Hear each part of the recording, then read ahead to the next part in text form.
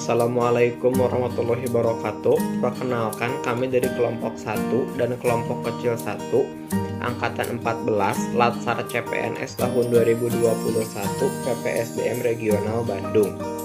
Pada kesempatan kali ini, kelompok kami akan mencoba menjelaskan mengenai analisis isu global tentang korupsi. Kenalkan, nama saya Deki Rifa Elvano selaku ketua kelompok. Selanjutnya ada rekan saya, Cucu Anissa Rahayu, Fajar Abdul Rahman, dan Dewi Rosmawati. Berikut merupakan materi presentasi yang akan dijelaskan pada presentasi kali ini. Yang pertama ada identifikasi isu korupsi dengan metode pentahelix. Yang kedua, penapisan isu dengan metode USG. Yang ketiga, analisis isu dengan metode fishbone. Dan yang terakhir adalah rekomendasi penyelesaian isu dengan metode SWOT. Definisi korupsi.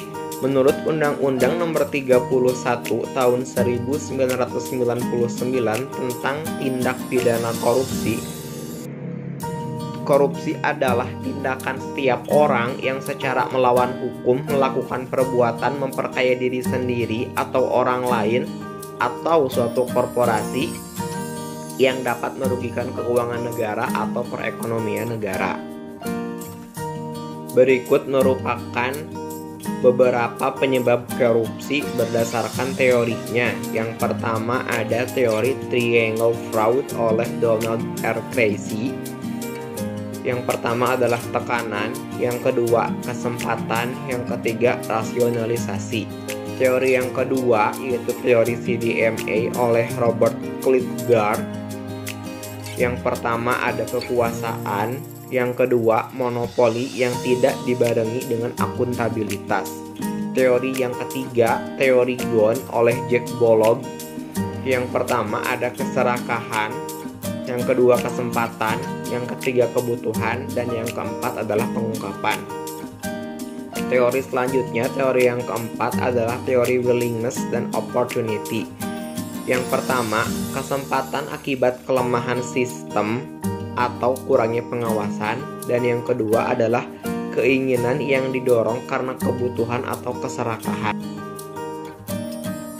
Berdasarkan sumber dari Indonesia Corruption Watch, terdapat tren modus korupsi di Indonesia selama tahun 2020, mulai dari kasus suap, anggaran ganda, penyalahgunaan anggaran, pemotongan, gratifikasi, pungli, laporan fiktif, penyalahgunaan wewenang, penggelapan, proyek fiktif, markup, dan manipulasi saham.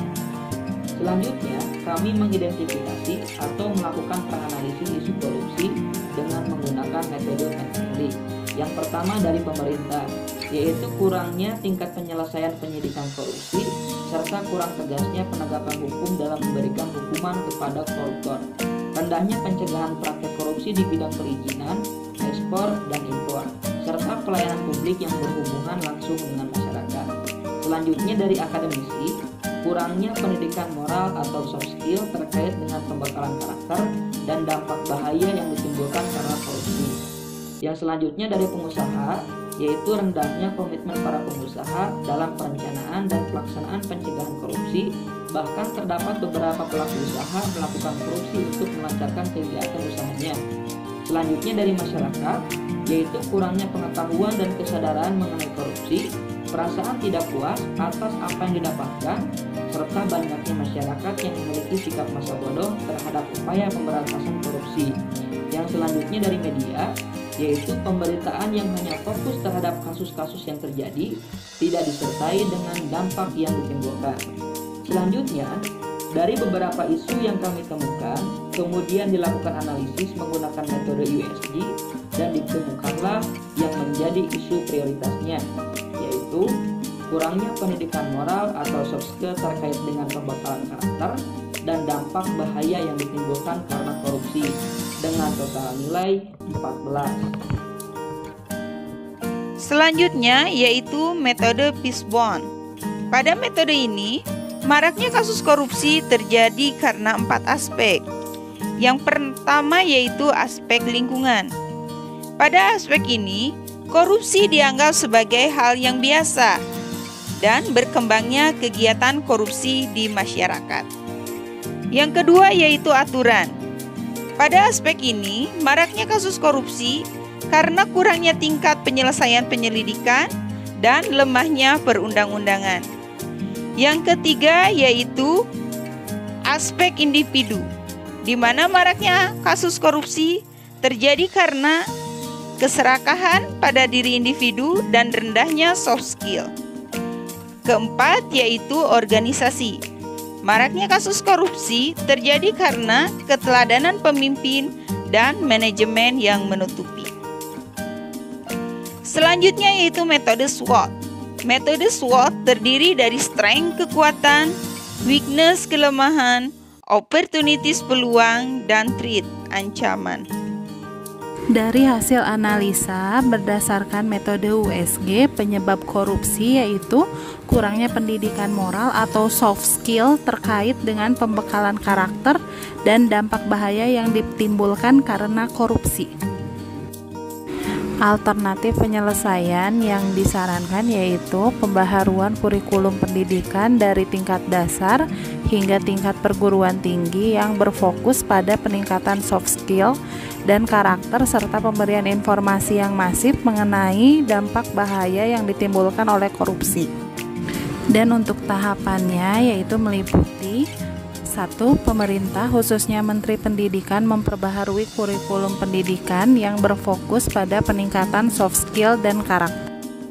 Kemudian akademisi melaksanakan kurikulum terbaru dan membuat bahan ajar sesuai dengan kurikulum terbaru.